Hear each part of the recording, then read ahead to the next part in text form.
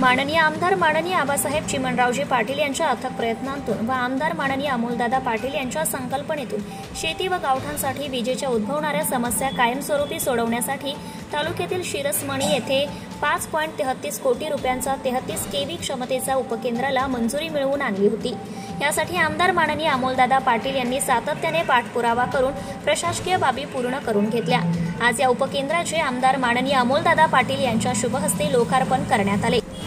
प्रसंगी आडगाव येथे उपसरपंच DN Patil sir, doctor Sudhakar Mahajan, भोंडनदिगर सरपंच सुधाकर पाटील, शिरसमणी येथील बाळू पाटील, चेतन पाटील यांच्यासह महावितरण विभागाचे अधिकारी कर्मचारी, शिरसमणीसह पंचक्रोश येथील स्थानिक स्वराज्य संस्थांचे आजी माजी पदाधिकारी, सदस्य व ग्रामस्थ उपस्थित होते।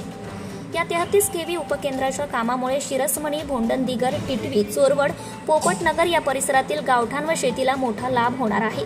कमी दाबाचा पुरवठ्यासह अन्य विजेच्या समस्यांमुळे शेतकऱ्यांसह ग्रामस्थांची मोठी गैरसोय होत होती। आता या उपकेंद्रातून या सर्वच समस्यांना पूर्णविराम लागणार असल्याचं आमदार माननीय अमोलदादा पाटील यांनी बोलताना सांगितले। यासह मतदारसंघातील उर्वरित विद्युत प्रकल्पांना गतीने पूर्ण करून वीज ग्राहकांना सेवा देण्यात सुलभता आणण्यासाठी उपाययोजना करण्याच्या सूचना आमदार माननीय अमोलदादा पाटील यांनी उपस्थित शेतकऱ्यांना दिल्या आहेत। Subscribe now and press the bell icon. Never miss an update.